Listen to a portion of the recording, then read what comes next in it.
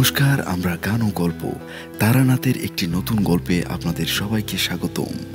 আজকের গল্পে যারা কমেন্ট করবেন তাদের নাম আগামী গল্পে উল্লেখ করা হবে। চমৎকার সব গল্প শুনতে গান ও গল্পকে সাবস্ক্রাইব করে সঙ্গে থাকুন। তাহলে আর দেরি না করে শুরু করা যাক।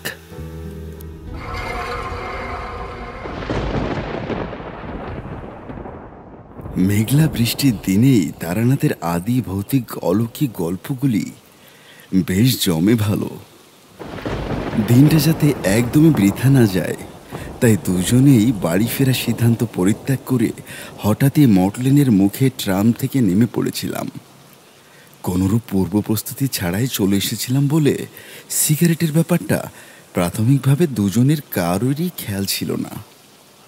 তারানাথের মুখে মিটিমিটি হাসি। মোড়ের বিহারি পানওয়ালা আজ কদিন হলো দেশে গিয়েছে, দোকানটা তাই খোলা পাবে না। আগেও বহুবার আগাম জানা না দিয়েও ওর বাড়িতে আমাদের চলে আসবার কথা নির্ভুলভাবে অনুমান করে বলে দিয়েছিলেন তারানাথ। কিন্তু এবার শুধু তাই নয়, কিশোরী যে শুধুমাত্র পাসিং শো কিনবার জন্য ফেরত গিয়েছে সেটাও যেন কোনো দৈবী শক্তির বলে আগে থেকেই তারানাথ জেনে ফেলেছে। সত্যি লোকটার যে বিশেষ কিছু ক্ষমতা আছে এ কথা অনস্বীকার্য। সবসময় হয়তো প্রদর্শন করেন না বটে, কিন্তু ক্ষেত্র বিশেষে মাঝে মধ্যেই আমাদের এমন চমকে দেয়। সামনের ঘরে তক্তপোষের উপর গুছিয়ে বসতেই একটা শুকনো গামছা আমার দিকে সস্নেহে বাড়িয়ে দিলেন তারানাথ। নাও, মাথাটা মুছে নাও।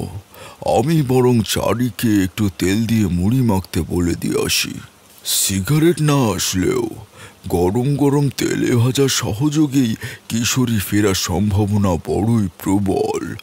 এই বলে আমায় আরও একবার চমৎকৃত করে ভেতর বাড়ির দিকে হাঁটা দিলেন তারানাথ। আজ মেজাজটা বেশ খোলতাই মনে হচ্ছে ভদ্রলোকের।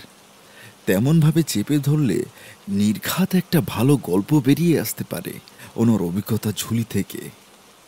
ইতিমধ্যে চৌকাঠের ওপাশে কিশোরীর ভেজা জুতো ছাড়ার মস মস শব্দ শুনতে পেলুম। ঘরে ঢোকার সাথে সাথেই আমার ঘ্রাণেন্দ্রিয় প্রবলভাবে জানান দিল যে তারানাথের তেলে ভাজা আগমনের পূর্ব অনুমানটিও অত্যন্ত নির্ভুল ও অভ্রান্ত ছিল। একটা বড় শালপাতা চাংড়ি হাতে কিশোরী বৈঠকখানার ঘরে প্রবেশ করল। ধোয়ার ব্যবস্থা হলো না বুঝলে, তবে উদরপূর্তির জন্য বিকল্প সংস্থান করে এলুম। প্রায় সাথে সাথে তারানাথও ফিরে এলো। পেছন পেছন বড় জামবাটি হাতে চারি, কাঁচা তেল, লঙ্কা মাখা জবজবে মুড়ি, কিশোরীর সদ্য ভেজে আনা বেগুনি, ঝাল বড়া আর মোচার চপ। বাটি রেখে চারি বলল, নিন কাকাবাবু, গরম গরম খেয়ে নিন। আরে চারিমা, তুমিও আমাদের সঙ্গে দুমুঠো খেয়ে নাও না। না কাকাবাবু, আমি খেয়েছি, আপনারা খান। আর কিছু লাগলে আমাকে বলবেন, আমি পাশের ঘরেই রয়েছি। এই বলে চারি আস্তে আস্তে বাড়ির ভেতরে চলে গেল। গ্রহ নক্ষত্রের বিশেষ কোনো মিলন তিথিতেই বোধহয় এমন আশ্চর্য সমাপতন ঘটে একসাথে। স্বভাবতই ঘরে ঢুকে কিশোরী বেশ কিছুটা হকচকিয়ে গেল। বাহ, বেশ বেশ, মুড়ির ব্যবস্থা আগে থেকে তৈরি দেখছি। তা তুমি কি আগেই অনুমান করেছিলে নাকি যে আমি তেলে ভাজা আনতে চলেছি? বলতে বলতে তক্তপোষে জমিয়ে বসল কিশোরী। কথাটা আমার উদ্দেশ্যেই বলা, তাই আমি ইশারা করে তারানাথকে দেখিয়ে দিলাম। অনুমান নহে, এ হলো খাঁটি জ্যোতিষার্ণবের নির্ভুল গণনা। কিশোরীর ব্যাপারটা বুঝতে খানিক সময় লাগলো। তারপরেই ওর চোয়াল প্রশস্ত হলো। দু হাত জড়ো করে মাথার উপর তুলে তারানাথের উদ্দেশ্যে একটা প্রণাম জানালো। তারানাথের মুখে সেই পরিচিত রহস্যময় মিটিমিটি হাসি। নাও, হাত লাগাও সবাই। চা বলে এসেছি, মুড়ির পর্ব শেষ হলে চলে আসবে। অতঃপর বেশ কিছুক্ষণ আহারাদির সাথে টুকটাক হাবিজাবি গল্পগুজব চলতেই লাগলো।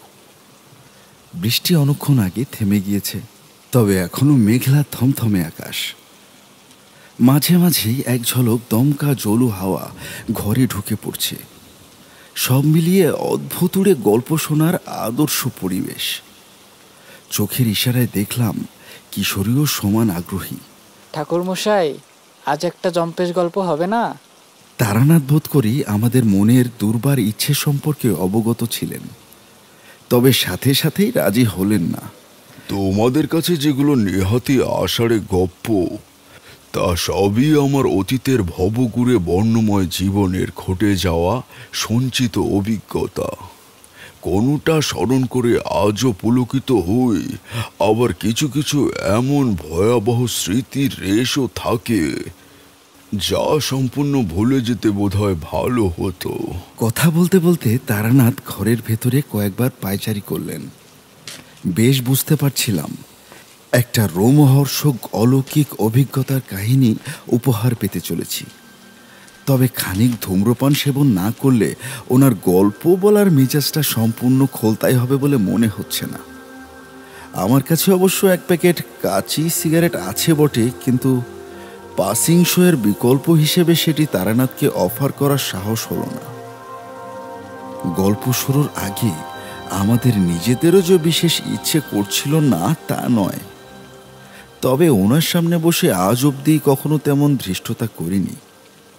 তারানাথ নিজেই অবশ্য ব্যাপারটা সহজে মিটিয়ে ফেললেন। আচ্ছা, তোমরা খানিক বসো, বুঝলে? ভেতর বাড়িতে তোমাদের চাটা বরং বলে আসি গিয়ে। উনি যেতেই আমি আর কিশোরী চটপট বারান্দায় চলে এলাম। জানি এখন আমাদের কিছুক্ষণ সময় দেওয়ার জন্য ইচ্ছে করেই একটু দেরি করে ফিরবেন। উফ, আজ ঢুকতে না ঢুকতেই ভারী চমকে দিয়েছিলেন ঠাকুরমশাই। সিগারেটে অগ্নিসংযোগ করে ইতিপূর্বে ঘটে যাওয়া অজ্ঞাত অংশটুকু পুঙ্খানুপুঙ্খ বর্ণনা করলাম কিশোরীর কাছে। ওনার টুকটাক এমন কিছু দৈব ক্ষমতার পরিচয় মাঝে মধ্যে পাই বটে, তবে ব্যক্তিগত অভিজ্ঞতার নামে গল্পর ছলে যা যা বলেন তার অনেক কিছুই বিশ্বাস করা বেশ কষ্টকর। কিশোরী এতক্ষণ চুপচাপ শুনছিল, এবার এক মুখ ধোয়া ছেড়ে বলল, বিশ্বাস যে আমারও সব কিছু হয় এমনটা নয় মোটেও। তবে কিনা ছুটি ছাটার দিন ওনার মতন উৎকৃষ্ট কথকের কাছ থেকে বেশ কিছু রোমাঞ্চকর গল্পের টানেই না আমাদের বারবার ছুটে আসা। সিগারেট শেষ করে ফিরে যাওয়ার আগে কিশোরী হঠাৎ ভারী অদ্ভুত একটা কথা বলল। সত্যি মিথ্যা যাচাই করার জন্য ছোট্ট একটা পরীক্ষা করলে কেমন হয়? আমি মনে মনে প্রমাদ গুনলাম, কিশোরীর ভরসা নেই। চিরকালই একটু একগুয়ে ঠোঁট কাটা স্বভাবের, কি করতে না কি করে বসে। আগে ওর বেফাস মন্তব্যের জন্য তারানাথ বেশ কয়েকবার রুষ্ট হয়েছিল। নেহাতি সজ্জন ব্রাহ্মণ, তাই উচ্চবাচ্য করেনি কখনো। কিশোরীকে সাবধান করে দেওয়ার আগেই বৈঠকখানায় তারানাথের গলা পাওয়া গেল। কই হে, কোথায় গেলে তোমরা? এ চা চলে এসেছে যে। দুজনে একসাথে ঘরে ফিরে এলাম।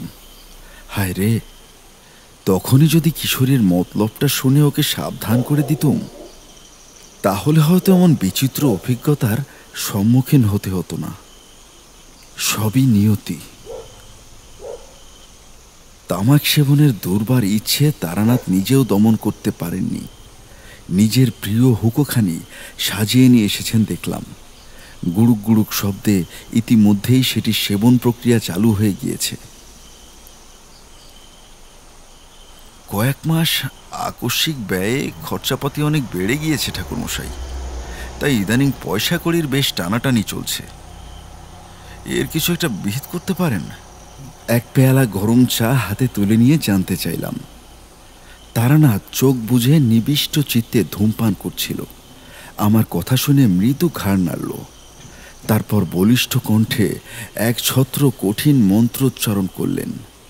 পুষ্য তীর্থ সীতাকর্ষ মূলং বাঙেতের ভুজে বদ্যা সৌভাগ্যমা পগ্নি দুর্ভাগ্যবি নসংশয়া।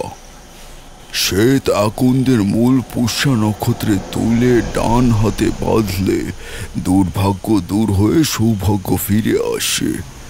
কাল একটা ভালো তিথি আছে, সকালের দিকে একবার এসো, তোমার জন্য একখানা কবচ বানিয়ে রেখে দেব।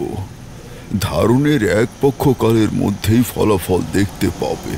গুরুগম্ভীর গলায় বিধান দিয়ে তারানাথ ফের হুকোতে মনোনিবেশ করল। কিশোরী উসকুস করছিল। বেতালা কথাবার্তার ভিড়ে আজকের আসরের গল্পটাই না ভেসে যায়। কিছু একটা বলতে যাচ্ছিল বোধহয়, তার আগে তারানাথ নিজেই হুকো নামিয়ে রেখে গল্প বলা শুরু করে দিল। এই কবজের কথা উঠতে বহুদিন আগের একটা ভয়ঙ্কর অভিজ্ঞতার কথা হঠাৎ মনে পড়ে গেল। তোমাদের একবার ব্রহ্ম পিশাচের কথা শুনিয়েছিলাম, মনে আছে নিশ্চয়? যার প্রভাবে অন্নকৃত্তিকা কাল ব্যাহতি যোগ, নৈশ বায়বের আবির্ভাব, কত কি না বিচিত্র ঘটনা ঘটতে থাকে। এখনো পর্যন্ত মাত্র 2 বারই সেই দুর্দমনীয় শক্তির সম্মুখীন হয়েছি। একটি ঘটনার কাহিনী তোমরা আগেই শুনেছ, আজ দ্বিতীয় অভিজ্ঞতাটার কথা বলবো তোমাদের। গল্প শুনতে শুনতে দুজনেই এমনই বিভোর হয়ে গিয়েছিলাম, বেলা যে কখন গড়িয়ে সন্ধে নেমে গিয়েছিল টেরই পাইনি। আজ এমনিতে মেঘলা আবহাওয়া, কালো মেঘের আড়ালে সেই যে সূর্যিমামা মুখ লুকিয়েছেন, তারপর দিন ভর আর তার দেখা নেই। মটলেনের একটু ভেতর দিকে তারানাথের বাড়ি, তবুও এখান থেকে বড় রাস্তার গাড়ি ঘোড়ার আওয়াজ আবছা হলেও শোনা যায়। দিন আবাসনের সাথে সাথে সেই আওয়াজ এখন আরো ক্ষীণ হয়ে এসেছে। অনেক দেরি হয়ে গিয়েছে, এবার না ফিরলেই নয়। তারানাথের কাছে থেকে বিদায় নেব, এমন সময় হঠাৎ কিশোরী একটা বেফাস কথা বলে ফেলল। আজকের গল্পটি ভারী জমাটে ছিল ঠাকুরমশাই, শুনতে শুনতে একেবারে গায়ে কাটা দিয়ে উঠছিল। তবে যা বলুন না কেন, এই 20 শতাব্দীর আধুনিক কলকাতা শহরে বসে এসব গ্রাম্য অলৌকিক ঘটনা নেহাতি আজগবি বলেই মনে হয়। মুহূর্তেই তারানাথের স্মিত চেহারাখানি আকাশের মেঘের মতো ঘোলাটে গুরুগম্ভীর আকার ধারণ করল। কিশোরীটা হয় বেগ গেলে, নইলে ইচ্ছে করে বুঝি তারানাথকে তাতাবার জন্যে ইচ্ছে করেই এমন করেছে। আমি তড়িঘড়ি ব্যাপারটা সামলাবার জন্য বলে উঠলাম, আরে আরে না না, আসলে আমরা চিরকালই বড্ড শহুরে কিনা, লৌকিক জ্ঞান বড় সীমিত ঠাকুরমশাই। গ্রাম বাংলার পথে প্রান্তরে এমন কত কি না অজ্ঞাত প্রহেলিকা লুকিয়ে আছে, সেইটুকু সম্পর্কে আর কতটাই বা জানতে পেরেছি। আমার স্তোত্রবাক্যে বিশেষ লাভ হলো না। তারানাথ স্বভাবতই বেশ রুষ্ট হয়েছেন, তবে স্বভাব গাম্ভীর্য বজায় রেখে থমথমে গলায় বলল, তোমাদের বুঝি ধারণা যে ভূত পিশাচ ডাকিনী হাকিনীদের প্রাদুর্ভাব বুঝি শুধুমাত্র গায়গঞ্জের মধ্যেই সীমাবদ্ধ? প্রতিনিয়ত এই কলকাতা শহরে যে কত সহস্র অশৈলী ঘটনা ঘটে থাকে তা বিষয় আর কতটুকুই বা জানো তোমরা? অবশ্য তোমাদের দোষ দিয়ে লাভ নেই, আগমতন্ত্রের জ্ঞান না থাকলে অন্ধের হস্তি দর্শন করার মতোই প্রতিক্রিয়া হবে। তারানাথের এইটুকু কৈফিয়তি হয়তো যথেষ্ট ছিল। অন্যান্য দিন কিশোরী এতেই চুপ করে যায়, তবে তবে আজ যেন আশ্চর্যজনকভাবে ওর ঘাড়ে কোনো দুষ্ট গ্রহ ভর করেছিল। দমে যাওয়ার পরিবর্তে ও আরো দ্বিগুণ উৎসাহে এগুলো। আধুনিক বিজ্ঞানের যুগে প্রমাণ ছাড়া অলৌকিক কিছু কেউই বিশ্বাস করবে না ঠাকুরমশাই। খালি চোখে যা দেখা যায় না, পঞ্চেন্দ্রে যা অনুভব হয় না, এমনকি টেলিস্কোপ বা মাইক্রোস্কোপের তলায়ও যার কোনো অস্তিত্ব নেই, তা নিয়ে কেবল উচ্চমর্গের সাহিত্য সাধনায় হতে পারে, এর বেশি কিছু নয়। ব্রহ্ম তেজ কি বস্তু তা আমার জানা নেই, তবে যদি তা ক্রোধের বহিঃপ্রকাশ হিসেবে নির্গত হতো, তাহলে এতক্ষণে দুর্মুখ কিশোরী তারানাথের ক্রোধাগ্নিতে ভস্ম হয়ে যেত। গৌরবর্ণ পৌঢ় জ্যোতিষীর মুখ টকটকে রক্তিম আভায় পরিপূর্ণ হয়ে উঠল দেখলাম। নিজের ভাগ্য দুর্বিপাকে আজ হয়তো ওকে মটলেনের এদো গলিতে বসে অপরের ভাগ্য গণনা করে জীবিকা নির্বাহ করতে হচ্ছে, কিন্তু ওর অতীতের তন্ত্র সাধনার অধ্যায়গুলো তো আর মিথ্যে হয়ে যায়নি। কাজেই একালের কোনো অপরিণত ছোকরা সেসব কঠিন সাধনা আর অভিজ্ঞতার অমূল্য পুঁজিকে এক ফুৎকারে উড়িয়ে দিলে ভয়ঙ্কর কুপিত হওয়াই স্বাভাবিক। তবে তারানাথকে বহুদিন ধরেই চিনি, ভেতরেই যতই রুষ্ট আর অপ্রসন্ন হোক না কেন, আজ অবধি কখনো তার বিরূপ প্রতিক্রিয়া দেখিনি। কলকের টিকায় আগুন নিভে গিয়েছে, তাও বার কয়েক গুড়ুক গুড়ুক করে 2-1 বার টান দিয়ে হুকোটা পাশে নামিয়ে রাখল তারানাথ। কিছুক্ষণ চুপ করে থেকে ফের গমগমে স্বরে কেটে কেটে বলল, বীরভূমের শ্মশানে মাতু পাগলির কাছে আমার তন্ত্র সাধনার হাতে খড়ি। বরাকর নদীর ধারে নির্জন শালবনে স্বয়ং মধুসুন্দরী দেবীর চাক্ষুষ দর্শন করে তার আশীর্বাদ ধন্য হয়েছি। দেশে বিদেশে আরো কত অসীম ক্ষমতাধর সাধুসঙ্গ লাভের সৌভাগ্য অর্জন করেছি এককালে। বিজ্ঞান না মানলেও এই সব তো আর মিথ্যে হয়ে যায় না। আমি তারানাথ জ্যোতিষার্ণব তোমাদের কাছে মিথ্যাচারণ করে মহাপাতক হব না। এই কথা ঠিক যে জাগতিক ভোগ লালসা সম্পূর্ণ ত্যাগ করতে পারিনি বলেই হয়তো উচ্চ সাধনার পথ ছেড়ে পুনরায় গৃহজীবনে ফিরে আসতে হয়েছে। অপব্যবহারে অনেক অর্জিত শক্তি সময়ের সাথে সাথে হারিয়ে ফেলেছি। তবুও এই জীবন সায়ান্নে এসে আজ আমার কোনো আক্ষেপ নেই।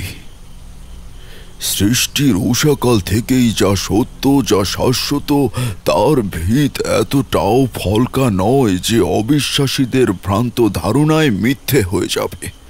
শেষের কথাগুলো তারানাথ এক দৃষ্টে আমাদের দিকে তাকিয়ে ক্ষিপ্ত কণ্ঠে বলল। ওর চোখে আর গলার আওয়াজে এমন একটা দৃঢ় আত্মপ্রত্যয় বলিয়ান ছিল যে আমরা বিস্মিত মন্ত্রমুগ্ধের মতো খানিকক্ষণ নির্বাক হয়ে বসে রইলাম। কিশোরীও বোধ হয় আর কোনো জুৎসই প্রশ্ন উত্তর খুঁজে পেল না। আর বসে থাকা যায় না। বারান্দায় নেমে যখন জুতোয় পা গলাচ্ছি, তারানাথ পায়ে পায়ে দরজার কাছে এগিয়ে এলো। যাবতীয় ক্রোধ আর অসন্তোষের চিহ্ন মিলিয়ে গিয়ে পুনরায় মুখমণ্ডলে সেই পরিচিত রহস্যময় হাসি। তোমরা নেহাত ছেলে ছোকরা অনেক কিছুই না জন্যই সমালোচনা করে ফেলো। তবে যদি নিজেরা কখনো তেমন কোনো প্রাকৃতিক ঘটনার সম্মুখীন হও, তখনই অর্জিত হবে প্রকৃত অভিজ্ঞতা লব্ধ জ্ঞান। তারানাথের এই শেষ কথাটি দুর্ভেদ্য প্রহেলিকার মতো ঠেকেছিল আমার। তখনও জানতাম না আর কিছু সময়ের পরে আমরা নিজেরাই যে ঘটনার সাক্ষী হতে চলেছি তা এতদিনের শোনা যাবতীয় অশৈলী অলৌকিক কাহিনীর চেয়ে সহস্রগুণ রোমহর্ষক ও ভীতিকর হতে চলেছে। বাইরে বেরিয়ে কিশোরীকে মৃদু ভৎসনা করে বললুম, আরে ভাইয়া, খামোখা ঠাকুরমশাইকে চটিয়ে দিলে। বুড়ো মানুষ আছে, নিজের অতীতের স্মৃতিটুকুকে সম্বল করে অযথাই সন্দেহের উদ্রেক ঘটিয়ে কেনই বা কি যে করো তুমি। কিশোরী নিজেও দেখলাম খানিক লজ্জিত। আসলে উনি যে এতটা অসন্তুষ্ট হবেন সেটা আন্দাজ করতে পারিনি। অতঃপর দুজনেই কিছুটা বিমর্ষ চিত্তে মোটলেন ছেড়ে বেরিয়ে বাইরের বড় রাস্তায় নেমে এলাম। আজ মেঘবাদলা দিন বলেই হয়তো রাস্তায় লোকজন গাড়ি ঘোড়ার পরিমাণ বেশ কম। কিশোরীর বাড়ি আমার মেসের অদূরে। একটা ট্রাম ধরে নিলে হয়তো তাড়াতাড়ি পৌঁছানো যেত। তবে মাসের শেষ সপ্তাহ চলছে, দুজনেরই বেশ কিছুটা হাত টান রয়েছে। তাই স্থির হলো ট্রাম ভাড়াটুকু বাঁচিয়ে বরং বাকি পথটা হেঁটেই মেরে দেওয়া যাক। আকাশে এখনো ছেঁড়া ছেঁড়া মেঘের আনাগোনা। তবে কোথা দিয়ে দেখলাম এক ফালি চাঁদ উকি মেরেছে এক কোণে। ভেজা জলো হাওয়ার স্পর্শে বেশ মনোরম পরিবেশ। রাতের আধারকে বিস্মিত করে দেওয়ার মতো জমজমাট আলো ঝলমলে কলকাতা নগরী। এই প্রাণবন্ত শহরের বুক চিরে হাঁটতে হাঁটতে তারানাথের বর্ণিত অদ্ভুতুড়ে কাহিনীগুলি সত্যি ভীষণ রকম অবাস্তব আর কাল্পনিক মনে হয়। নিজেদের মনের কোণে যেটুকু অনুতাপবোধ ছিল তা উবে যেতে বেশি সময় লাগলো না। তাও পথের একপাশে একটি দোকান থেকে দুজনে পয়সা মিলিয়ে তারানাথের জন্য নতুন এক প্যাকেট পাসিংশো কিনে বুক পকেটে রেখে দিলাম। এতে যদি বা কিছুমাত্র প্রায়শ্চিত্ত হয়। সবে সন্ধ্যা 7:30 বাজে। মেসে ফেরার তেমন তাড়া ছিল না। ইতি উতি বিক্ষিপ্তভাবে ঘুরতে ঘুরতে ট্রাম লাইন ছাড়িয়ে আইডিটোলা ঘাটের কাছাকাছি চলে এলাম এক সময়। কিশোরী প্রস্তাব করলো, এত দূর যখন এসে পড়েছি তখন এই চাঁদনি রাতে গঙ্গার পাড়ের একটু মনোরম বায়ু সেবন করে নিলে দোষ কি? গঙ্গা স্নানের জন্য সম্প্রতি একটি ঘাট ভালোভাবে বাধাই করা হয়েছে। এতটা জলকাদার রাস্তা হেঁটে আসতে আসতে দুজনেরই ধুতির খুঁটে ইতিউতি কাদার ছোপ লেগেছিল। সেটা ভালো করে ধুয়ে সিঁড়ির একটি ধাপে গুছিয়ে বসলাম। কাঁচি সিগারেটে অগ্নিসংযোগ করা হলো। বেশ ফুরফুরে হাওয়া দিচ্ছে চারপাশে। মাঝগঙ্গায় জেলেদের কয়েকটি ছোট ডিঙিতে টিমটিম করে আলো জ্বলছে। চাঁদের আলোয় পড়ে চিকচিক করছে কালো জল। লোকজন তেমন কেউ নেই এদিক ওদিক। কিছুক্ষণ দুজনেই নির্জনে প্রকৃতির নির্মল শোভা উপভোগ করলাম। কিশোরী নীরবতা ভঙ্গ করল। তারপর কাল যাচ্ছ নাকি তারানাথের কাছে? আগামীকালের কোনো পূর্ব পরিকল্পনা ছিল না, তাই খানিক বিস্মিত হয়ে মুখ তুলে চাইলাম। ওহো, ওই যে কিসব মাদুলি আর কবচ বানিয়ে দেবে বললো তারানাথ, সেটার কথা বলছো? কিশোরী মনে করিয়ে দিতেই সশব্দে হেসে ফেললাম। আরে ধুর, ওসব কথার কথা। এতদিন তো আমাকে দেখেছো, তাবিজ কবচ মাদুলি আংটি এসব কখনো ধারণ করতে দেখেছো কি? নেহাত তোমার পাল্লায় পড়ি তানার কাছে যাওয়া শুরু করেছিলাম, তাও ছুটি ছাটার দিনে টুকটাক গল্প শোনার আশায়।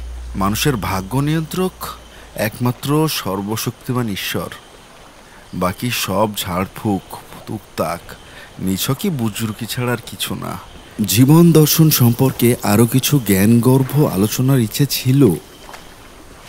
সহসা একটা অদ্ভুত ব্যাপার খেয়াল করতে নিশ্চুপ হয়ে গেলাম।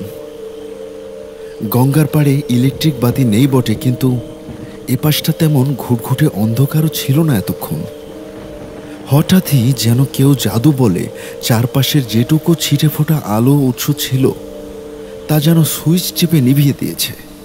যে চাঁদের আলোয় চারপাশ উদ্ভাসিত ছিল তা নিমেষেই গায়েব। কোনো ঘন কালো মেঘের আড়ালে চাঁদ মুখ লুকিয়েছে কে জানে। গঙ্গায় এতগুলি মাছ ধরার ডিঙি ছিল, সেগুলোও যেন কেউ কালো স্লেট থেকে নিপুণ হাতে মুছে দিয়েছে। দুজনের হাতে দুটি জ্বলন্ত সিগারেট ছাড়া আর দ্বিতীয় কোনো সজীব অস্তিত্ব নেই। ব্যাপারটা কিশোরীও আজ করতে পেরেছে। ব্যাপার কি বলো তো? হঠাৎ সব। ওর মুখের কথা ফুরোবার আগেই আরেকটি বড় চমক। অদূরেই কোথাও নিকষ আধারের বুক চিরে ধপ করে বিরাট একটা অগ্নিকুণ্ড জ্বলে উঠল। মুহূর্তেই আকাশ স্পর্শ করল তার লেলিহান শিখা। চিতা জ্বলছে। যতদূর জানি খুব ধারে কাছে কোনো শ্মশান নেই। আগে ইতিউতি বিক্ষিপ্তভাবে নদীর ধারে বিভিন্ন জায়গায় অন্তিম সৎকার করা হতো। ক্রমশ দূষণ বেড়ে যাওয়ায় ব্রিটিশ সরকার থেকে গঙ্গার ধারে নির্দিষ্ট কিছু ঘাট বা শ্মশান ছাড়া আর কোথাও সৎকারের অনুমতি নেই। ভারী কড়াকড়ি, আইন অমান্য করলে জরিমানা। আমাদের এত কাছে আকস্মাৎ একটা চিতা জ্বলে উঠতেই দুজনেই ভীষণ আশ্চর্য হলাম। লুকিয়ে চুরিয়ে কেউ কাজ করলেও অন্তত লোক সমাগমের আভাসটুকু নিশ্চয় পেতাম। এখান থেকে যেটুকু চোখে পড়ছে তাতে চিতার আশেপাশে শ্মশান বন্ধুদের কাউকেই দেখতে পেলাম না। চমকে দুজনে উঠে পড়লাম। মনের মধ্যে একই সাথে যুগপৎ বিস্ময় আর দ্বিধা কাজ করছিল। কিশোরীর দিকে তাকিয়ে বুঝলাম পুরো একই হাল। একটু এগিয়ে দেখা যেতে পারে। মনে হচ্ছে চুপি চুপি কোনো গুরুতর অপরাধের প্রমাণ লোপাটের চেষ্টা চলছে। তেমনটা হলে আমাদের এক্ষুনি পুলিশে খবর দেওয়া উচিত। কিশোরী চিরকালই বেশ ডান পিঠে, চট করে কোনো কিছুতে ভয় পায় না। শুনেছি ওর এক মামা নাকি লালবাজারের গোয়েন্দা দপ্তরের প্রদত্ত কর্তা। কাজেই অপরাধ বা অপরাধী সম্পর্কে ওর ভাবনাটাই বেশ জোরালো বলে মনে হলো আমার।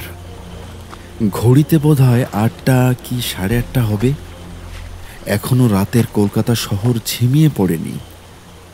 অপ্রাকৃত কোনো সম্ভাবনায় কারোর সুদূরতম কল্পনাতেও এলো না। শান বাঁধানো ঘাট ছাড়িয়ে কাঁচা গঙ্গার পাড় দিয়ে দুজনে চুপি চুপি এগোনো মনস্থ করলাম। বলা তো যায় না, যদি অপরাধীরা ধারে কাছে কোথাও লুকিয়ে থাকে। আমাদের অবাঞ্ছিত উপস্থিতিতে তাদের সতর্ক করে পালানোর পথ সুগম করে দেওয়া চূড়ান্ত বোকামির পরিচয় হবে। কাদামাটির পথ মাড়িয়ে এগোতে যাতে সুবিধা হয়, তাই পামশুগুলো খুলে হাতে নিয়ে নিলাম। বেশি দূর হাঁটতে হলো না। কয়েক গজ দূর থেকেই দিব্যি পরিষ্কার দেখতে পাচ্ছি জ্বলন্ত চিতায় দাউ দাউ করে একটি মৃতদেহের শেষকৃত্য সম্পন্ন হচ্ছে। যেটা নতুন চোখে পড়ল তা হলো চিতার অদূরেই নদীর পাড়ের একটি ঝাঁকড়া গাছের তলায় একজন স্ত্রীলোক মাথা নিচু করে বসে রয়েছেন। সে ভিন্ন আর কোনো সজীব প্রাণীর চিহ্ন মাত্র নেই এখানে। এমনকি আশেপাশে কোনো ডোমেরও দেখা নেই। তাহলে মরা পড়াচ্ছেটা কি? এবার বুকের ভেতরে কেমন যেন একটা অশুভ ইঙ্গিতের ঘণ্টা বেজে উঠল। কোথাও যেন কিছু একটা ঠিক নেই। শরীরই দুনিয়ার গণ্ডি ছাড়িয়ে কেমন যেন আদি ভৌতিক জগতের চৌকাঠে দাঁড়িয়ে রয়েছে আমরা। আর কি এগোনো ঠিক হবে? পাশে ফিরে কিশোরীকে সাবধান করে দেবার আগেই দেখলাম ও অনেকটা এগিয়ে গিয়েছে। আর চেঁচিয়ে ডাকবার উপায় নেই, কাজেই আমাকেও পিছু পিছু এগোতে হলো। ইতিমধ্যেই এটুকু অন্তত অনুমান করতে পেরেছি, আপাতত আমরা ছাড়া এই নির্জন নদী তীরে আর দ্বিতীয় কোনো জনমনুষ্যী নেই। চারপাশটা ভালো করে আর একবার দেখে কিশোরী শটান সেই স্ত্রী লোকটির দিকে এগিয়ে গেল। এখনো অবধি ওর অদম্য সাহসের তারিফ না করেও উপায় নেই। আমরা কিছু প্রশ্ন করবার আগেই মহিলাটি ধীরে ধীরে মুখ তুলে চাইল। না তাকালেই বোধহয় ভালো হতো। জ্বলন্ত অঙ্গার সম সেই নিষ্ঠুর দৃষ্টির দিকে তাকাতেই যেন বুকের রক্ত জমাট বেঁধে গেল। মেরুদণ্ড দিয়ে প্রবাহিত হয়ে গেল হিম শীতল ধারা। মাথা ভর্তি টকটকে রক্তাভ ধারা সিথি বেয়ে চুয়ে চুয়ে নেমে আসছে। না, সিঁদুরের গুঁড়ো নয়, এ হলো তাজা রক্ত। ঠোঁটের কোণে কি এক নির্মম পৈশাচিক হাসি, যেন পৃথিবীর যাবতীয় ঘৃণ্য কর্মের জন্য সেই একমাত্র দায়ী। নিজের একটি তর্জনী তুলে সামনের চিতার দিকে নির্দেশ করে দুর্বুদ্ধ ভাষায় বিড়বিড় করে কি যেন বলল। আমাদের কর্দমাক্ত পা দুটো যেন কেউ মাটির উপর সেটে দিয়েছিল। এবার সেই পিশাচিনী নির্দেশিত দিকে তাকাতেই যেটুকু অবশিষ্ট সাহস সম্বল করে রেখেছিলুম তা মুহূর্তেই কর্পূরের মতো উবে গেল। চিতার জ্বলন্ত কাঠগুলি মৃদু মৃদু নড়ছে। সহসা নির্জন নদী তীরের অখণ্ড নিস্তব্ধতা খান খান করে এক বিকট অমানসিক চিৎকার দিয়ে আতপোড়া মরার শরীরটা জ্বলন্ত কাঠগুলিকে ছিটকে চিৎকার বাইরে ছড়িয়ে দিল।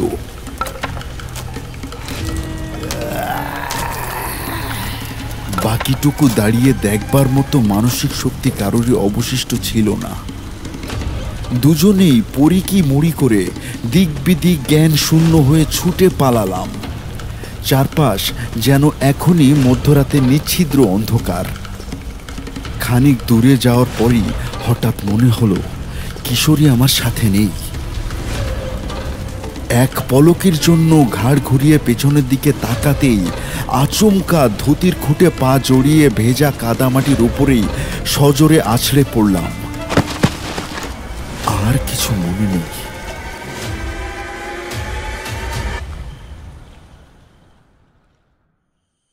ঝাপসা দৃষ্টি যখন পরিষ্কার হয়ে এলো তখন বুঝলাম চোখে মুখে জলের ঝাপটা লাগছে। এক পলকের জন্য মনে হলো বোধহয় গঙ্গায় ডুবে যাচ্ছি।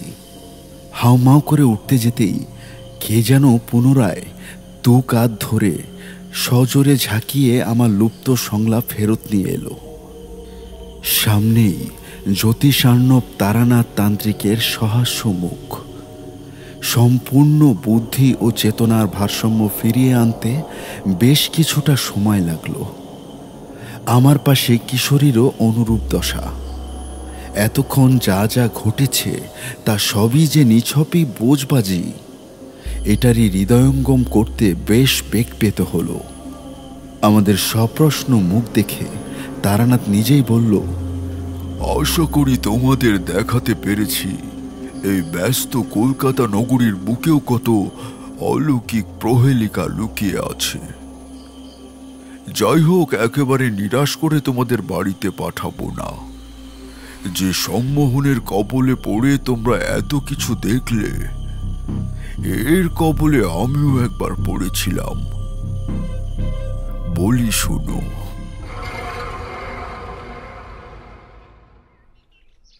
কাহিনীটা আজ থেকে 25 থেকে 30 বছর আগের। ততদিনে আমার দীক্ষা নেওয়া সম্পূর্ণ হয়ে গেছে, শিখেও গেছে অনেক কিছু। গৃহ থেকে আমি তখন পুরোপুরি ভাবে বিচ্ছিন্ন। বাড়ির লোকের কথা সেভাবে নয়, মোটেই মনে পড়ে না। পথে পথে ঘুরি আর লোকজনে ভালোবেসে দুটো চাল ডাল ভিক্ষে দিলে তাই খাই, না দিলে না খেয়ে থাকি। তাতে আমার বিশেষ কোনো আপত্তি বা বিপত্তি কোনোটাই হয় না। এইরকম একদিন ভিক্ষে করতে করতে একটা গ্রামে ঢুকেছি। গ্রামের নামটা সম্ভবত সোনাপোতা। এত পরিমাণে জল তেষ্টা পেয়েছে যে বুকের ছাতি ফেটে যায় অবস্থা। আশেপাশে সেরকম কোনো লোকজনও নেই যে কারো কাছে থেকে একটু জল নিয়ে খাবো। গ্রামের শুরু হয়েছে, কিন্তু লোকালয়ের শুরু এখান থেকে হয়নি। কিছু দূর এগিয়ে সামনে তরঙ্গিনী দেখলাম। সেখান থেকে তেষ্টা মিটিয়ে পাশেই একটা বড় আম গাছের তলায় বসেছি। ঝুলিতে তখন সেদিনের খাবার বলতে কিছুই নেই। ভাবছি একটু বিশ্রাম নিয়ে বেরোবো অন্নপূর্ণা আশীর্বাদ অন্বেষণে। চোখ বন্ধ করে এটা সেটা ভাবছি, তখন একজন এসে আমায় ডাকলো। আগে আপনি কি সাধু সন্ন্যাসী করেন? বলতে পারেন ওরকমই। কেন? আপনি ভাগ্য গণনা করতে পারেন? কি জানতে চান বলুন। আমায় একটু দেখে বলবেন আমার কপালে কি কোনো সন্তান সুখ নেই? আমি কি কোনোদিন বাবা হতে পারবো না? লোকটার এমন করুণ প্রার্থনা শুনে আমার মনে খুব মায়া হলো। আমি বললাম, কত বছর হলো বিয়ে হয়েছে? আগে 20 বছর হয়েছে সাধু বাবা। অনেক ডাক্তার, কবরেজ, বুদ্ধি দেখিয়েছি, কিন্তু কিছুতে কিছু হয়নি। তোমার সন্তান ভাগ্য খুবই আবছা। এরকম চিহ্ন থাকলে সন্তান লাভ সত্যি দুঃসাধ্য ব্যাপার। শুনতে খারাপ লাগলেও তোমার এখন ঈশ্বরের দ্বারস্থ হওয়া ছাড়া কোনো উপায় দেখছি না। ভদ্রলোক চলে গেল হতাশ হয়ে। আমার মনটাও খারাপ হয়ে গেল বেজায়। লক্ষণ বিচারের ক্ষমতা ততদিনে আমি রপ্ত করেছি মোটামুটি, তবে আপাত সম্ভাবনা ছাড়া নিশ্চিতভাবে কলের পর্যায়ে বোঝানোর মতো তান্ত্রিক তখনও হইনি। অবশ্যই পরে তা হতে পেরেও বা কি করতে পারলাম। যাই হোক, আমি জনবসতি থেকে খানিক দূরে গিয়ে ওই গ্রামের শ্মশানে আস্তানা খুললাম। অচেতন মনে বারবার ফুটে উঠতে লাগলো ওই পীড়িত হতাশ ব্যক্তির মুখখানি। ওইখানেই প্রায় মাসখানে কেটে যাওয়ার পর এক সন্ধ্যায় কাঠকুঠো জোগাড় করছিলাম ধুনি করব বলে। তেমন সময় শুকনো পাতার উপর পায়ের আওয়াজ পেয়ে সেদিকে চেয়ে দাঁড়িয়ে রইলাম। খানিক বাদে একজন বছর 50 কি 60-এর শীর্ণকায় মানুষকে আবিষ্কার করলাম উক্ত দিক থেকে। আমার কাছে এসে সে বলল, এত রাতে এরকম জায়গায় কি করছো? তোমার সাপখোপের ভয় নেই? আমি একটু অপ্রস্তুত হয়ে পড়লাম। হঠাৎ এই ধরনের প্রশ্ন একটা আগন্তুকের কাছের থেকে পাওয়া গেলে মস্তিষ্ক কিভাবে আর তার উত্তর সাজিয়ে উঠতে পারে? খানিক ইতস্থিত করে বললাম, না মানে আসলে আমি কোথায় ডেরা করেছি তা তো কেউ জানে না। জানলে হয়তো সতর্ক করত, কিন্তু আপনি বিপদ আছে জেনেও এই সময় জঙ্গলে কি করছেন? আমার প্রশ্ন শুনে বৃদ্ধ একটু হাসল, তারপর বলল, বিপদ বিপদ আমাকে ছুতে পারবে না অত সহসা। সেই বিপদ মোচনের কাজই তো করে এলাম আজীবন ধরে। তবে তোমার এই পথের গন্তব্য খুবই ঝাপসা। বলা ভালো, এই রাস্তায় হাঁটলে তুমি তেমন কিছু পাবে না। এই কথা শুনে মনটা তেতো হয়ে গেল। পরক্ষণে মস্তিষ্ক জানান দিল যে যেই ব্যক্তি আমার সামনে দাঁড়িয়ে আছে সে নিশ্চয়ই ললাটে লিখন পড়ার ক্ষমতা রাখে, নইলে এই বহু প্রবঞ্চিত কথাটা আমায় দেখা মাত্রই বলল কি করে? এই একই কথা তো আমায় কম লোক বলেনি। জিজ্ঞেস করলাম, কোনো উপায় কি নেই এই জগৎমাতার সন্ধান পাওয়ার? বিষয়টা উপায়ের নয় তারানাথ। পরাশরী হোরা পড়েছ? আগে না। পড়লেই বুঝতে পারবে। কিছু কিছু গ্রহ কখনোই তন্ত্র সাধনার জন্য সুফলদায়ক নয়। সেই সব সাধকদের ক্রমাগত বিপদের সম্মুখে পড়তে হয়। বরং কোনো কুমানসিকতার তান্ত্রিক বা কাপালিকের হাতে একবার পড়লে তার জীবনও চলে যেতে পারে মায়াজালের ভয়াবহতায়। এক মুহূর্ত অপেক্ষা না করে বললাম, আর যদি সদ্গুরুর সন্ধান পাই? সেও তুমি পেয়েছ, বহুবার পেয়েছ। তোমার শরীরে কম লক্ষণ ফোটেনি, কিন্তু তা হলেও কি হবে? অদৃষ্টের লিখন স্বয়ং ভগবানও পাল্টে দিতে পারে না। তুমি বাড়ি ফিরে যাও বাবা, মায়ের কোল এভাবে শূন্য রেখো না। কথাগুলি একটাও মন মতো না হওয়ায় আমি কিছুক্ষণ চুপ করে রইলাম। মনে মনে ভাবলাম আজ রাতটা এই মানুষটাকে আমার আস্তানায় রেখে একটা না একটা উপায় অনুসন্ধানের চেষ্টা করবই। বললাম, আপনার পরিচয় জানতে খুব ইচ্ছে করছে ঠাকুরমশাই। মানে এত কিছু নিখুঁতভাবে আপনি কি করে জানলেন? আপনার বেশভূষণ তো সন্ন্যাসীদের মতো নয়। এমন সময় পার্শ্ববর্তী ঝোপের মধ্যে একটা খচখচে শব্দ উঠে দূরে মিলিয়ে গেল। উনি বললেন, এখানে আগুন জ্বালো। অন্ধকারে দাঁড়িয়ে থাকাটা কোনো রকম ঠিক নয়। আমি দ্রুত যে কটা কাঠকুটো জোগাড় করতে পেরেছিলাম তা একত্রিত করে আগুন জ্বাললাম। বৃদ্ধ আগুনের একপাশে বসে পুটলি থেকে একটা ছোট্ট ভাঁজ করা কাগজ বের করে আমার হাতে দিয়ে বললেন, এইটা রাখো, কয়েকদিন পর খুলে দেখবে কেমন। এখন কিন্তু কাগজ পুরো ফাঁকা। আর হ্যাঁ, আমার পরিচয় বলছিলে না? আমার নাম নিখিলেশ চক্রবর্তী। তোমার আর আমার পদবি এক। অবাক হয়ে বললাম, আপনি আমার নাম জানেন?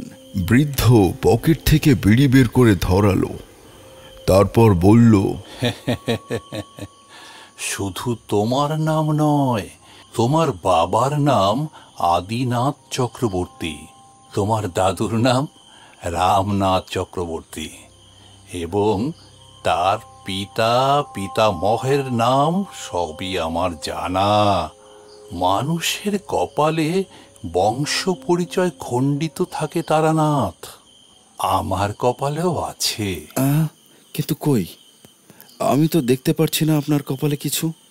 বৃদ্ধ প্রশান্ত চিত্তে একগাল ধোয়া টেনে বলল, এই জিনিস দেখতে পাবার জন্য সুষ্ঠু সাধনার দরকার তারানাথ।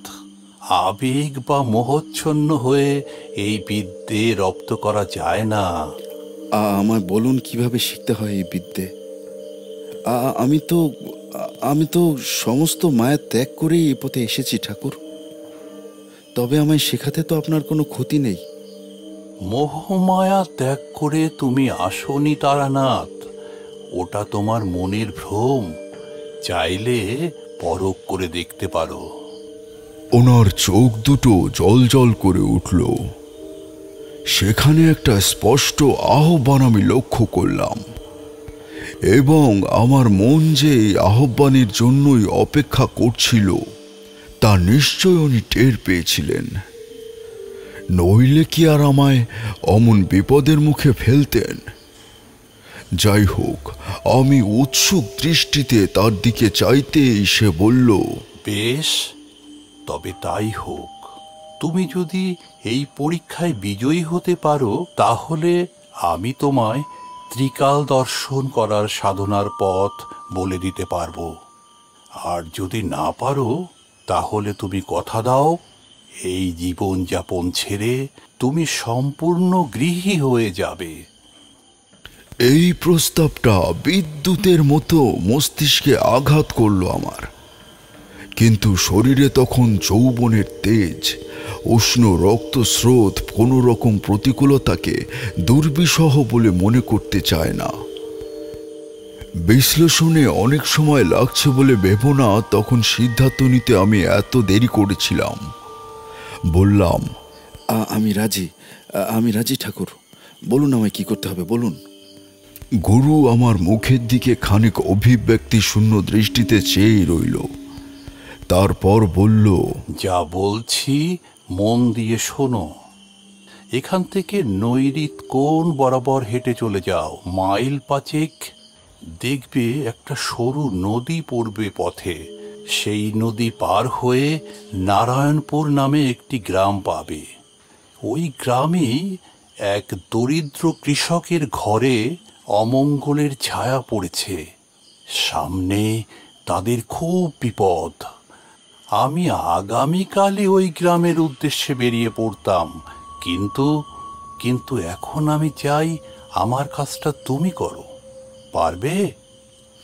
পারবো ঠাকুরমশাই, আমি ঠিক পারবো। মনে রেখো, কোনো রকম বিপদে পড়লে কিন্তু সাহায্য পাবে না। কোনো লক্ষণ বা সৌভাগ্য এই কয়দিনের জন্য তোমার ললাট থেকে মুছে যাবে। যে সিদ্ধান্ত তুমি নিচ্ছ তা কিন্তু অতি ভয়ানক।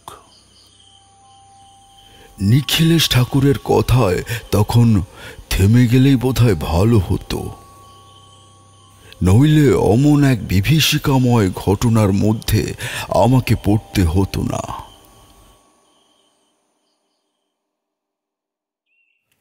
আমি পরদিন সকালেই বেরিয়ে পড়লাম নারায়ণপুরের উদ্দেশ্যে।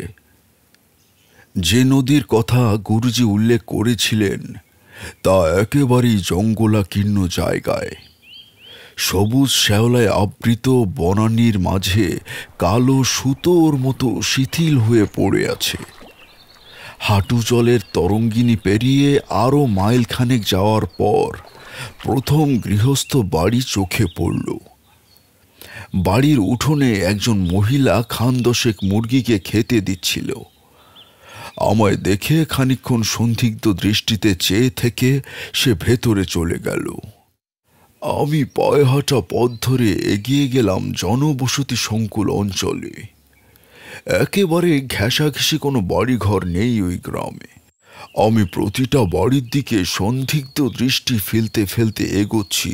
এই ব্যাপারটা যে কজনের চোখে পড়ল তারাই কেমন যেন সন্দেহের দৃষ্টিতে আমার দিকে তাকিয়ে ঘরের বারান্দা থেকে উঠোনে নেমে এলো। কয়েকজন খানিক তফাৎ থেকে পিছু নিতেও শুরু করলো দেখলাম। মানুষে আমার ভয়ে নেই, তবে এলাকার কুকুরগুলো যেভাবে আমায় দেখে গজগজ করছিল, যেন বেপাড়ার মানুষের এই অঞ্চলে প্রবেশের কোনো অনুমতি নেই। চোখ কান খোলা রেখে আরো মিনিট 5 এগোনোর পর হঠাৎ একটা দোচালা প্রশস্ত উঠোন সংলগ্ন বাড়ির উপর আমার চোখ আটকে গেল। এই বাড়িটার সবকিছুই মোটেই স্বাভাবিক নেই, আর তার প্রমাণ দিচ্ছে বাড়িটির উপরে মন্থন গতিতে আবর্তন করতে থাকা একটা কালো মসলিনের মতো বলয়। আমি সেদিকে পা বাড়াতে পেছনে অনুসরণ করে আসা দুজন লোক উল্টো পথে হাঁটতে শুরু করলেন। তোমাদের জানিয়ে রাখি, উল্লেখিত অমঙ্গলের চিহ্নস্বরূপ যে জিনিসটি আমি প্রত্যক্ষ করলাম তা কিন্তু সর্বক্ষণ স্থায়ী থাকে না। আমি বাড়ির উঠোনে এসে দাঁড়াতেই একজন বয়স্ক লোক ঘরের ভেতর থেকে বেরিয়ে বারান্দায় এলো। তার হাতে কয়েকটা এঁটো বাসন কোসন। আমায় দেখতে পেয়ে সে ধীর পায়ে সে বাসন বারান্দার এক কোণে নামিয়ে রেখে এগিয়ে এলো। বয়স 60-এর দোরগোড়ায় হবে বৃদ্ধের, তবে চুলে ও ভ্রুতে পাক ধরেছে যথেষ্ট। আমার সম্মুখে এসে বললেন, কিছু বলবে বাবা? তোমায় দেওয়ার মতো আমার কাছে তো তেমন কিছু নেই। না না বাবাজি, আমি ভিক্ষে নিতে আসিনি। আমি এসেছি তোমার জীবন জীবিকার ব্যাপারে একটু জানতে। বাড়ির সামনে থেকে হেঁটে যাচ্ছিলাম তো মনে হলো একবার একটু আলাপ করেই যাই। আপনি বরং আমায় একটু জল খেতে দেবেন। বৃদ্ধ ব্যস্ত হয়ে বললেন, হ্যাঁ হ্যাঁ হ্যাঁ বাবা, জল দেব না কেন? এই এই বলাই রে, 1 ঘটি জল নিয়ে আয় দেখি বাবা। এই কলসি থেকে ঠান্ডা জল নিয়ে আসবি কিন্তু। এসো এসো বাবা। বলে উনি ঘরের দিকে এগিয়ে গেলেন। দ্রুত হাতে উঠোন লাগোয়া পুকুর পাড়ের সামনে বাসন রেখে হাত ধুয়ে এসে চাটাই পাতলেন বারান্দায়। মনে এই প্রশ্নটা আসছিল না তা নয় যে জল আনতে ভারপ্রাপ্ত ব্যক্তির এত দেরি হওয়ার কারণ কি। উত্তরটা পেয়ে একেবারে চমকে উঠেছিলাম। বারান্দায় এসে পুটলিটা কাঁধের থেকে নামিয়ে রেখেছি। এমন সময় ঘরের ভেতর থেকে একজন শীর্ণকায় শারীরিক প্রতিবন্ধী ছেলে কোমর ঝুঁকিয়ে মন্থর চলনে 1 ঘটি জল এনে বৃদ্ধের হাতে দিল।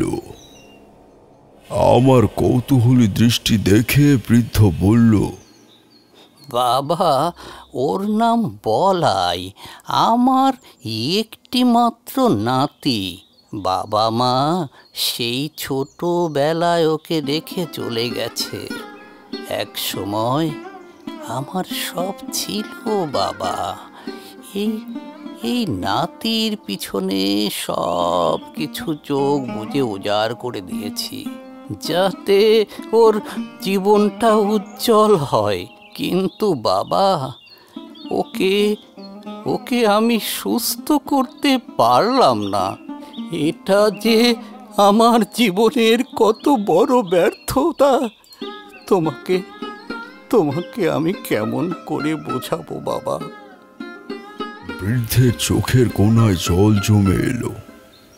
3 কাল গিয়ে যে মানুষের 1 কালই ঠেকেছে, তার সাথে আর কে জীবনের সুখ দুঃখ ভাগ করতে আসে? কেউ আসে না। আমার তো সব দিক থেকেই কপাল ভালো যে তোমরা এখনো এসব অলৌকিক গল্প শোনার লোভে এই বুড়োর সাথে দেখা করতে আসো।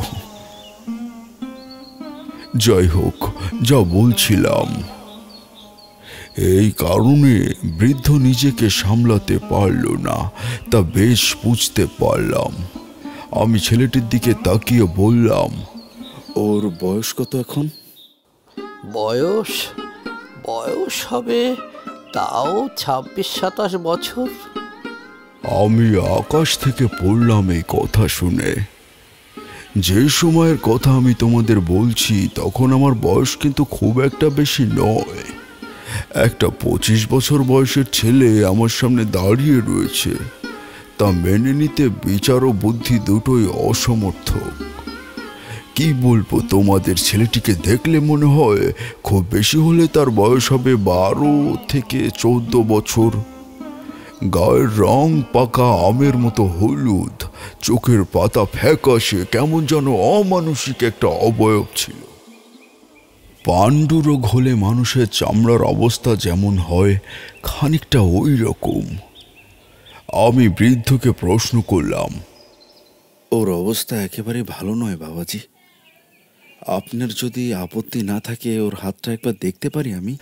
বৃদ্ধ স্থির দৃষ্টিতে আমার দিকে চেয়ে সম্মতি জানালো। বেশ, দেখি বলাই, একটু আমার সামনে বসো তো। বাধ্য ছেলের মতো সে চুপ করে আমার সামনে বসে পড়ল ঠিকই, কিন্তু ছেলেটির বসতে গিয়ে শারীরিক ভাষার যে বহিঃপ্রকাশ হলো, আমার চোখের সামনে তা দেখে বুকটা একটু হলেও ছ্যাদ করে উঠেছিল। দুহাত দিয়ে প্রথমে মাটিতে ভর দিয়ে অতি কষ্টে নিজেকে বিশ্রাম দিল।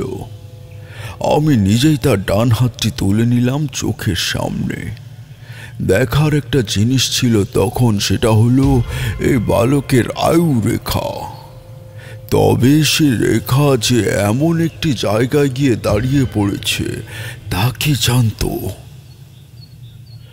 আমার পরীক্ষা যে মোটেই সহজ হবে না তার উত্তর ছেলেটির হাতে জল জল করে উঠল। যেদিনের কথা বলছি সেদিন থেকে ছেলেটির আয়ু রেখা মাত্র 3 দিন পর্যন্ত প্রশস্ত। 3 দিন পর মধ্যরাতে হৃৎপিণ্ড থেমে যাবে তার। এসব দেখে আমার হৃৎপিণ্ডের গতি বেড়ে গেল বেজায়। বয়স্ক মানুষ শারীরিক ভাষা পড়তে পারে দ্রুত। আমার চোখ মুখের অবস্থা দেখে সে প্রশ্ন করল, কি হয়েছে বাবা? কিছু কি খারাপ বুঝলে? আমি নিজেকে সংযত করে বললাম, না, তেমন কিছু নয়, তবে একটা ফাড়া আছে খুব শীঘ্রই।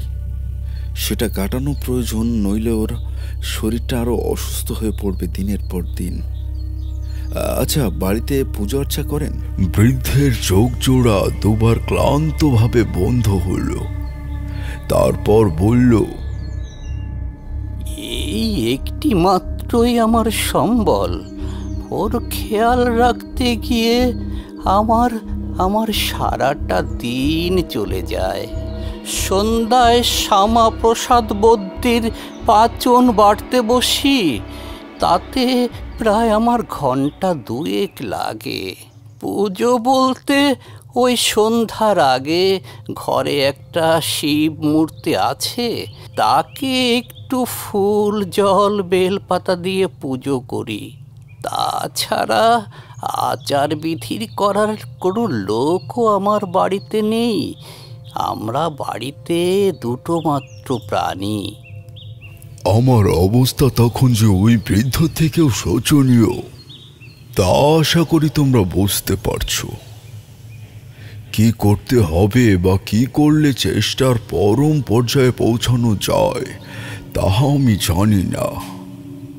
চোখ বুজে খানিক ভাবলাম। খেয়াল করে দেখবে বিকটসংকুল অবস্থায় যে কোনো জিনিস নিয়ে এক মনে ভাবনা চিন্তা শুরু করলে কেবল সাম্প্রতিক স্মৃতিগুলোই মনের জায়গা দখল করার চেষ্টা করে। আমারও তাই হলো। যাত্রা পথে শুরু থেকে আদেশদাতা, পেছনে ঘুরতে থাকা সন্দেহভাজন ব্যক্তি, রাস্তার কুকুরের আর্তনাদ, বলয়ের আয়ুরেখা, এই সমস্ত মাথায় ঘুরতে ঘুরতে মন এসে দাঁড়ালো বৃদ্ধের মুখে শোনা ঘরের শিব মূর্তির প্রসঙ্গে। বললাম, বাবাজি, একটিবার যথাসম্ভব উপকরণ জোগাড় করে নিয়ে মৃত্যুঞ্জয়ের পুজো করা উচিত আপনার গৃহেতে। উনি তো সর্বেসর্বা, হৃদয়তে ওনাকে ডাকলে উনি ঠিক একটা না একটা পথ দেখাবে। পূজা যখন করেন বলছেন, তখন সংসারের অন্যতম সদস্যের মতো মহাদেবের খেয়াল রাখুন। আমি নিশ্চিত উনি কোনো নিষ্ঠুর পরিহাসের সম্মুখীন কাউকে করবেন না। একনিষ্ঠ ধর্মের প্রবর্তকের মতো কথাগুলি বলে দিলাম ঠিকই, তবে আমি নিজেও জানতাম না আসলে উনি সঠিক পথ বেছেছেন কিনা। লক্ষ্য করে দেখবে, মানুষ প্রথমেই ভগবানকে স্মরণ করে না, তার খোঁজ পড়ে তখনই যখন একটা মানুষের অন্য কোনো উপায় থাকে না। আমার কথা শুনে বৃদ্ধ বলল, বাবা, তুমি যেটা ঠিক মনে করো সেটাই করো। আমার ঘরে যৎ কিঞ্চিত কিছু টাকা পয়সা আছে, লাগলে নাও নাও, কিন্তু কিন্তু আমার নাতিটার উপর থেকে বিপদ আপদ কাটিয়ে দেওয়ার পথ করে দাও বাবা। বেচারা বেচারা কথা পর্যন্ত বলতে পারে না, ওর যন্ত্রণা কেবল আমি বুঝি বাবা, আমি বুঝি। ভেঙে পড়বেন না বাবাজি, আমি নিরলস চেষ্টা করব। আর টাকা পয়সার প্রয়োজন নেই। আদিদেব দুটো আকন্দ ধুতরা আর বেলপাতাতেই সন্তুষ্ট। তবে তার উপাসনার পথ সঠিক হওয়াটা খুব জরুরি। বিপদ কেটে গেলে আমি আপনাকে সমস্তটা শিখিয়ে দিয়ে যাব। সান্ত্বনাপূর্বক এই কথাগুলি বলে উঠোনে এসে দাঁড়ালাম। ভাবলাম, যে মানুষের আয়ু পরীক্ষায় বিধাতা মাত্র 3 দিনের গতিপথ ধার্য করে রেখেছেন, সেখানে কি আসলেও কোনো উপকার, আশ্চর্য কিছু ঘটে যাওয়া সম্ভব? ঠিক করলাম একবার মধুসুন্দরী দেবীর আবির্ভাব মন্ত্র জপ করে তার থেকে পরিত্রাণের পথ জেনে নেব। বৃদ্ধের কাছ থেকে সাময়িক বিদায় নিয়ে গ্রামের একদম শেষ প্রান্তে এক নির্জন আম কাঁঠালের বনের মধ্যে এসে চোখ বুঝে দেবীকে স্মরণ করতে শুরু করলাম। কিন্তু সেই প্রথমবার সে আমার ডেকে সাড়া দিল না। পরক্ষণেই মনে পড়ল সাধুর বলা সেই উক্তির কথা। উনি বলেছিলেন, এই কদিন যাবৎ আমার কোনো প্রকার অর্জিত শক্তি কাজ করবে না। তার মানে উনি আমাকে বিপদগ্রস্ত বাড়িটা তার মানসিক শক্তি স্থাপন করে দেখিয়ে দিয়েছেন। আমি হতাশ হয়ে জঙ্গল থেকে পুনরায় আবার সেই বাড়িতে ফিরে এলাম। বৃদ্ধ আমার ফিরে আসার অপেক্ষা করছিলেন এক বাটি মুড়ি বাতাসা নিয়ে। চাটাইতে বসার পর উনি বললেন, তুমি একটু সেবা নিয়ে নাও বাবা। মনের কষ্ট বলতে গেলে অনেক অনেক সময় পার হয়ে যাবে। তুমি জানো আজ আজ কতদিন পরে আমার বাড়িতে অতিথি এলো, অথচ এক সময় এই বাড়িতে হতো না এমন কোনো উৎসব নেই। 2 ছেলের মধ্যে একজন কঙ্কন, একজন শ্যামল। এরা 2 ভাই অনেক নিষ্ঠাবান ছিল বাবা। বলাই পেটে থাকতে ওর মায়ের শরীর ভালো ছিল না। তিথি সময় বলে দেওয়ার মতো কোনো বামুন এলাকায় ছিল না। ছোট্ট ছেলে শ্যামল বিয়ের আগেই মারা গেল বাজ পড়ে। আর বড় ছেলে চলে গেল তার স্ত্রীর পেছনে পেছনে। কি হয়েছিল আপনার বৌমার? বৃদ্ধ মুখে বিদ্বেষের হাসি ফুটিয়ে তুললে একবার নাবাচক মাথা নাড়ল। তারপর বলল, সে আত্মহত্যা করেছিল। আত্মহত্যা করার কারণ ছিল আমার ছেলে। এমন বিকলাঙ্গ ছেলে জন্ম দেওয়ার কারণে ঘরের মধ্যে অশান্তির কোনো শেষ ছিল না। বিনা দোষে কঙ্কন তার স্ত্রীর ওপর চরম চরম নির্যাতন করেছিল। অবশেষে এই সমস্ত পীড়াপিড়ির অবসান হলো। আমার এই বৌমা গলায় কলসি বেঁধে ডুবে মরল। সন্তানটার কথা অভাগিনী একবারও ভাবল না। আর আপনার বড় ছেলে কঙ্কন, সে কিভাবে? বৌমাই নিয়ে গেল তাকে। মারা যাওয়ার পরেও কতবার দেখেছি বৌমাকে শুকনো মুখে পুকুর পাড়ে দাঁড়িয়ে থাকতে। সেই কঙ্কনকেই ফাঁসির দড়ি চিনিয়েছে, আমি জানি। কথাটা শুনে আমার শরীর শিউরে উঠল। অবিশ্বাস করিনি তার একটা কথাও, কারণ আমি নিজেও ঠাকুরদা চলে যাবার পর তাকে দেখেছি দাওয়ায় বসে হুঁকো সাজতে। তোমরা হয়তো কথাটা শুনে হাসবে, কিন্তু কথাটা সত্যি, তা একদিন তোমাদের বুঝিয়ে দেব। এরকমটা তখনই হয় যখন কোনো মানুষের সাথে গত মানুষটির আত্মার বন্ধন থাকে। একমাত্র সেই তার উপস্থিতির প্রত্যক্ষ করতে পারে, এ কথা মোটেই তুচ্ছ নয়। একই সাথে মনটা খারাপ হয়ে এলো বলাইয়ের কথা ভেবে। সত্যি কি নিষ্ঠুর পরিহাসের মধ্যে থেকে কিছু কিছু মানুষের জীবনে সূত্রপাত হয়। মুড়ির বাটি নিয়ে চুপ করে বসে রয়েছি দেখে গৃহস্বামী বলল, কি হলো বাবা, খাচ্ছ না যে? ও, আমার কথাগুলো শুনে মন উদাস হয়ে গেল বুঝি? আমারই ভুল হয়েছে এইসব কথাগুলোকে টেনে আনার। না না, ভুল নয়। আপনি খুব ভালো করেছেন আমায় এগুলো জানিয়ে। আজ তো রবিবার, এইবারে কোনো শুভ কাজ করলে তার সুফল পাওয়ার সম্ভাবনা কম থাকে।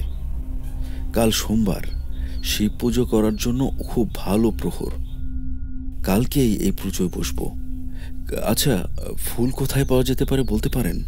বৃদ্ধ ব্যস্ত হয়ে উঠোনে নেমে এলো, তার পুকুরের দিকে হাত দেখিয়ে বলল, ওই তো, ওই দেখো, পুকুরের ওপারে দুটো আকন্দ গাছ আছে বড় বড়, ওখানেই সব কিছু পেয়ে যাবে বাবা। আমি সেদিকে তাকিয়ে স্থান নিশ্চিত করলাম। মুড়ির বাটির থেকে মুঠো করে মুড়ি তুলেছি মুখের কাছে, এমন সময় ঘরের মধ্যে থেকে হঠাৎ গোঙানির শব্দ আসতে শুনলাম। শব্দটা এমন লাগছে যেমনটা কাউকে পরম যন্ত্রণা দেওয়ার সময় মুখ চেপে ধরলে হয়। বৃদ্ধ দৌড়ে ঢুকলো ঘরের ভেতর, আমিও গেলাম তার পিছন পিছন। দেখি বলাই বিছানার উপর অস্থির চিত্তে দাপিয়ে দাপিয়ে ওরকম শব্দ করছে। তার দু চোখ বিস্ফারিত, সারা শরীরের শিরা প্রবল রক্তচাপে ফুলে উঠেছে তার। বৃদ্ধ তার ডান হাত চেপে ধরে কি যেন বিড়বিড় করতে, সে গলতিবেদ্ধ পাখির মতো ছটফট করতে করতে শান্ত হয়ে গেল। আমি অবাক হয়ে সেই দৃশ্য দেখে বললাম, আশ্চর্য! আপনি কিভাবে এটা করলেন? মানে এরকম আগেও হয়েছে ওর? বা আমার মুখের কথা শেষ হওয়ার আগেই বৃদ্ধ ঠোঁটের ওপরে আঙুল রেখে আমার কথা বন্ধ করার ইঙ্গিত করে ঘুরে দাঁড়ালেন। তার চোখে অযাচিত এক বিদ্বেষ মিশ্রিত হাসির রেশ খেলা করে গেল নিমিষেই। কণ্ঠস্বর দৃঢ় করে বললেন, তোমাদের মতো ভব ঘুরে তো কম এলো না এ বাড়িতে, কিন্তু কই কই আমার সংকল্পে তো কেউ বাধা দিতে পারল না। আমার নাম শ্যামাপ্রসাদ, শ্যামাপ্রসাদ কাপালি।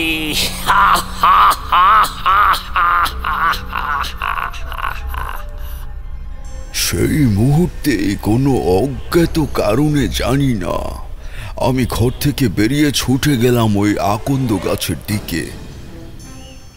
মন বলছে সেখানেই আছে আমার সমস্ত উৎপীড়নের উত্তর, কিন্তু সেখানে পৌঁছে কেবলমাত্র হাঁটু পর্যন্ত বর্ধিত স্বর্ণলতায় মোড়া আগাছার জঙ্গল ছাড়া আর কিছুই দেখলাম না।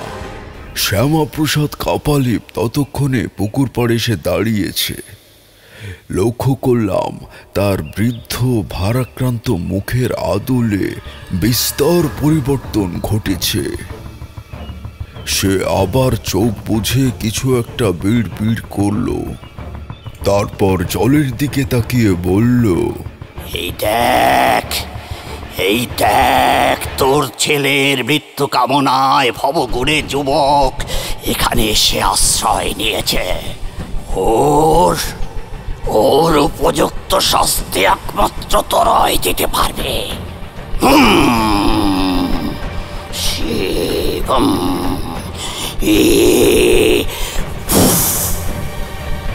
বলে হাতের মুঠো থেকে ধুলোর মতো কিছু ফু দিয়ে উড়িয়ে দিল জলের উদ্দেশ্যে।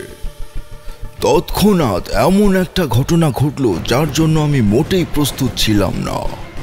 পরিত্যক্ত শ্যাওলাযুক্ত পুকুরের জল উথাল পাথাল করে দিয়ে একটা কর্দমাক্ত বিভৎস মূর্তি জল থেকে তার অর্ধ শরীর উপরে উঠিয়ে এনে আমার দুই পা ধরে টান দিয়ে জলের ভিতরে নিয়ে চলে গেল। অনুভব করলাম পুকুরটা ডাঙায় দাঁড়িয়ে যতটাও গভীর মনে হচ্ছিল, আসলে তা নয়। কোনো পৈশাচিক প্রহেলিকার অদম্য দাপটে আমি তলিয়ে যাচ্ছি পাতালের অভ্যন্তরে। শ্বাস প্রশ্বাসের কথা তখন মাথায় নেই আমার, আর থাকার কথাও না। এমনকি দম বন্ধ হয়ে মৃত্যু হওয়ার চেয়ে বেশি ভয় হচ্ছে আমার বিভীষিকাময় বিপদ দেখে। এমন সময় হঠাৎ আমার দুটো পা প্রায় হাঁটু পর্যন্ত গেঁথে গেল মাটির নিচে। মানসিক স্বস্তি পেলেও শরীর জানান দিল এবার আমার ফুসফুসে বাতাস দরকার। এক মুহূর্ত আর এভাবে থাকা সম্ভব না। সর্বশক্তিতে পায়ে চাপ দিয়ে শরীরটাকে উপরে ভাসিয়ে দেওয়ার চেষ্টা করতে যেতেই বুঝতে পারলাম আমার ঠিক ওপরে দুটি হাত কোনো কিছুকে জাপটে ধরার ভঙ্গিমায় উন্মুক্ত হয়ে আছে। অর্থাৎ আমার মৃত্যু এবার নিশ্চিত। চোখের সামনে দৃষ্টান্ত সবটা ঘোলাটে সবুজ। নিজের মৃত্যুর পূর্বে যে একজনের মুখ আমার চোখের সামনে ভেসে উঠল, সে আর কেউ নয়, এ আমার জন্মদাত্রী মা। জলের তলায় মুখের থেকে বেরিয়ে আসা তীব্র মা ডাকটা তরঙ্গ ছড়িয়ে মিলিয়ে গেল। ঠিক তখনই আরো একটা ঝাঁকুনি অনুভব করলাম শরীরে, কিন্তু তার কারণ পরিণতি কিছুই বোধে পেলাম না।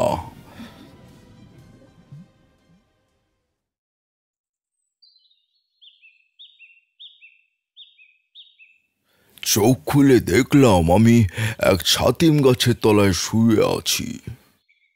নিখিলেশ ঠাকুর আমার পায়ের কাছে বসে একটি পাথরের টুকরোর উপরে অন্য একটি পাথর দিয়ে কয়েকটা পাতা পিষে রস বের করছে। আমার বিচার বুদ্ধি আবার বৈতরণী পেরিয়েছে বলে মনে হলো। প্রশ্ন করলাম, গুরুজি, কি ব্যাপার বলুন তো, আবারও কি আপনি? না তারানাথ, এবার কোনো মায়াজাল নয়, আমি নিজেই সেখানে উপস্থিত হয়েছিলাম। খানিক সময়ের মধ্যে না পৌঁছলে তুমি বাঁচতে না। আর শ্যামাপ্রসাদ কাপালিক? আমি তো তোমাকে আগেই বলেছি, তুমি না পারলে যে ব্যবস্থা নেওয়ার সেটা আমাকেই নিতে হবে।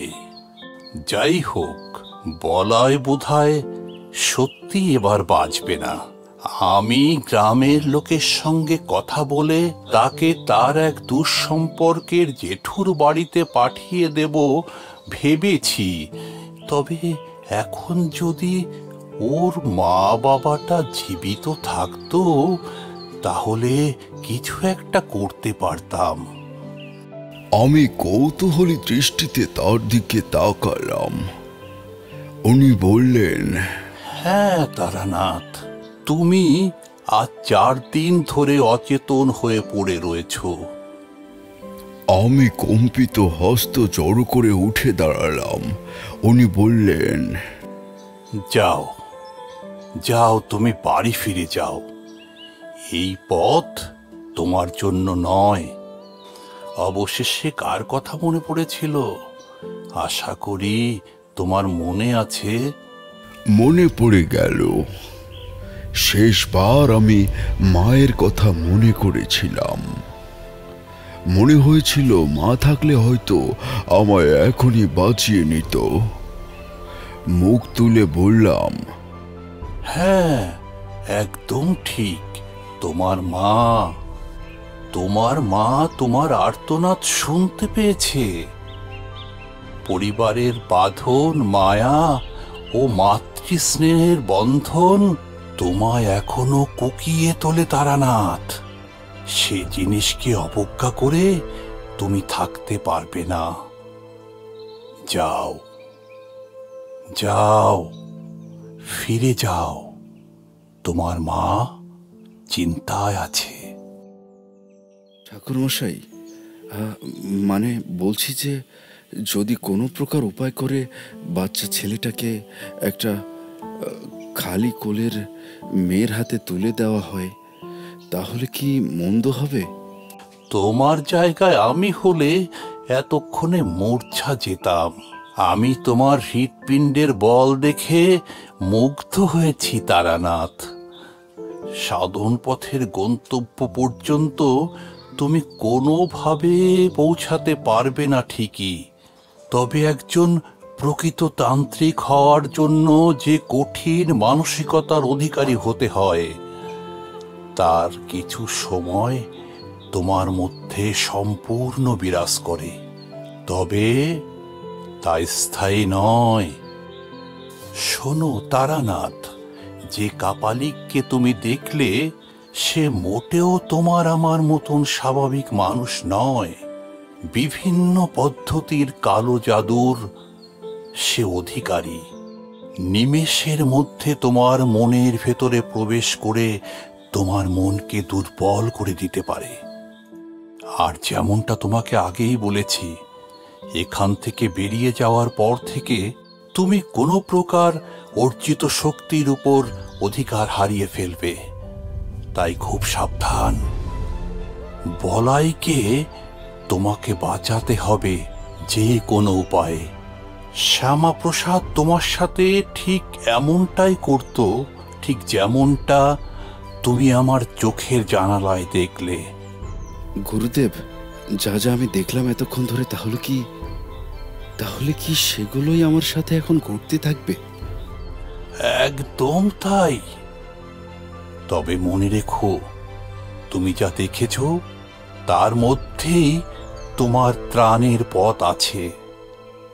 এর থেকে বেশি কিছু আমি তোমাকে বলবো না। সাধু মৃদু মাথা নাড়লেন। আমি ওই বাচ্চা ছেলেটিকে তুলে দিলাম সেই অসহায় লোকটির হাতে, যাকে হতাশ মুখে আমি ফিরিয়ে দিয়েছিলাম। অনেক মানা করার পরেও ওনার স্ত্রী উপঢৌকন হিসেবে পাট ভাঙা কয়েকটা নতুন শাড়ি, ধুতি এইসব আমায় ধরিয়ে দিলেন। আমি সেসব নিয়ে ফিরে এলাম আমার আপন জায়গায়, শ্যাম ছায়াচ্ছন্ন শ্যামলা গ্রামে। বলতে পারো ভুলে গিয়েছিলাম আমার আপাত ভবঘুরে জীবনের কথা। তারপর একদিন বাবার মুখে অমর জীবনের গল্প শোনা মাত্রই তাতে আবার আমার ছোট ঠাকুরদা কেদারনাথ চক্রবর্তীর উল্লেখ পেলাম। আমার দুটি পা পথের টানে আবার কেঁপে উঠল। ভেবেছিলাম বিশ্বমাতার সন্ধান করতে করতে একদিন ঠিক পেয়ে যাব ছোট ঠাকুরদার সন্ধান। সত্যি বলতে একবার পেয়ে গিয়েছিলাম।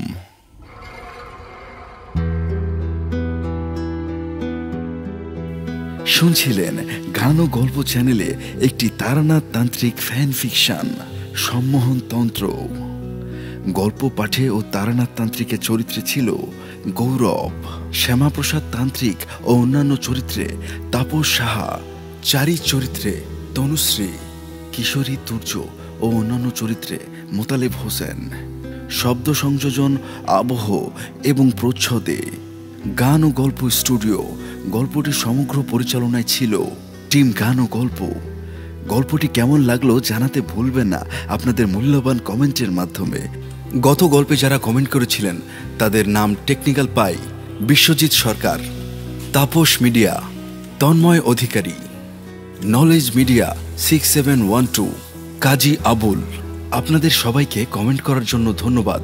এভাবেই আমাদেরকে সাপোর্ট করুন, আমাদের সঙ্গে থাকুন, শুনতে থাকুন গান ও গল্প। এই গল্পের কমেন্টকারীদের নাম সামনের গল্পে বলা হবে। প্রতিদিন আরও নতুন নতুন গল্প পেতে আমাদের চ্যানেলটিকে সাবস্ক্রাইব করে পাশে থাকা বেল আইকনটি অন করে দিন, যাতে করে নতুন নতুন গল্প আসলে সাথে সাথেই নোটিফিকেশন পেয়ে যান। তাহলে আজ এ পর্যন্তই। আগামী গল্পের জন্য আমন্ত্রণ রইল। ধন্যবাদ।